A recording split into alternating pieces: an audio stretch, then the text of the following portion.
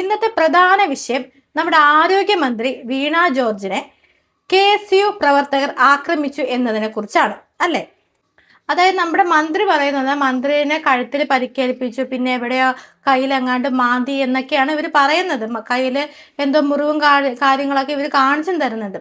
പക്ഷേ രാഹുൽ മാങ്കൂട്ടം അല്ലെ, രാഹുൽ മാങ്കൂട്ടം ഇത് കോൺഗ്രസ് എന്ന പാർട്ടിയിൽ നിന്ന് പുറത്തായിട്ട് പോലും അദ്ദേഹത്തിന്റെ നിലപാടിൽ തന്നെ ഉറച്ചു നിൽക്കാൻ, അദ്ദേഹം മരണം വരെ കോൺഗ്രസ് പ്രവർത്തകനായിരിക്കും എന്നാണ് പറഞ്ഞിരിക്കുന്നത്. അതായത് നമ്മുടെ രാഹുൽ മാങ്കൂട്ടം നമ്മുടെ മന്ത്രിയായ വീണ ജോർജിന്റെ കള്ളത്തരം പൊളിച്ചത് നിമിഷങ്ങൾക്കകമാണ്. എന്തായാലും നമ്മുടെ രാഹുൽ മാങ്കൂട്ടം മന്ത്രി വീണ ജോർജ് പറഞ്ഞ കള്ളത്തരം പൊളിച്ചടക്കിയ നിമിഷങ്ങൾക്കകമാണ്. അദ്ദേഹം ആദ്യം തന്നെ ഫേസ്ബുക്കിൽ കുറച്ച് പോസ്റ്റുകളും മറ്റും ഷെയർ ചെയ്തു.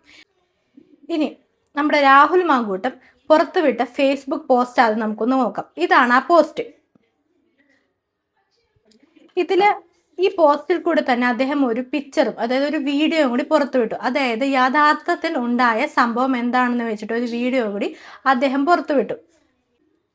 ഈ ദൃശ്യത്തിൽ എവിടെയാണ് നമ്മുടെ KSU പ്രവർത്തകർ നമ്മുടെ മന്ത്രി വീണ ജോർജിനെ ഉപദ്രവിച്ചിരിക്കുന്നത് അല്ലെങ്കിൽ ആക്രമിച്ചിരിക്കുന്നത്?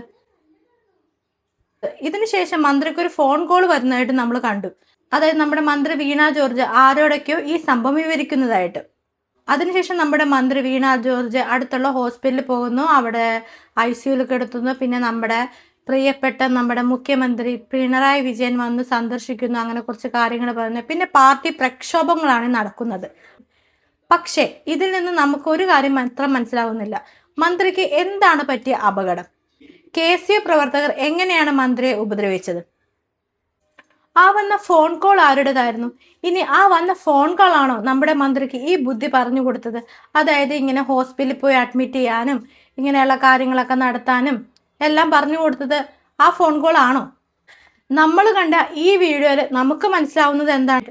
നമ്മുടെ മന്ത്രി വീണ ജോർജ് അങ്ങോട്ട് ആക്രമിക്കാനായിട്ടാണ് ചെല്ലുന്നത്.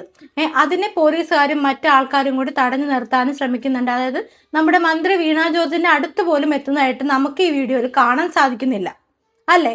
പിന്നെ എങ്ങനെയാണ്, പിന്നെ ആരാണ് നമ്മുടെ മന്ത്രി വീണ ജോർജിനെ ഇതുപോലെ ഉപദ്രവിച്ചു എന്ന് പിന്നെ എങ്ങനെയാണ് നമ്മൾ ജനങ്ങൾ വിശ്വസിക്കുന്നത്? നമ്മുടെ മന്ത്രി വീണ ജോർജ് പാർട്ടി പ്രവർത്തകർ ഉപദ്രവിച്ചു എന്ന് നമ്മൾ എങ്ങനെയാണ് വിശ്വസിക്കുന്നത്?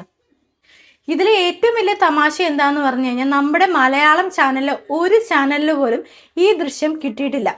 ഈ ദൃശ്യം ഇനി കിട്ടിയിട്ടുണ്ടോന്ന് അറിയത്തില്ല, ഇനി അത് ആരെങ്കിലും പുറത്ത് വിടാത്തതാണോ എന്ന് പോലും അറിയത്തില്ല. പക്ഷേ ഈ KSU പ്രവർത്തകർ എന്ത് ചെയ്യുന്നു വെച്ച് കഴിഞ്ഞാൽ അവിടെ ഓൾറെഡി ഇങ്ങനെ എന്തെങ്കിലുമൊക്കെ സംഭവിക്കും എന്ന് മുൻകൂട്ടി നിശ്ചയിച്ച്, അതുകൊണ്ട് തന്നെ നമ്മുടെ ഭരണപക്ഷം ഇതുപോലെയുള്ള കള്ളത്തരങ്ങളൊക്കെ ഇറക്കുമെന്ന് തന്നെ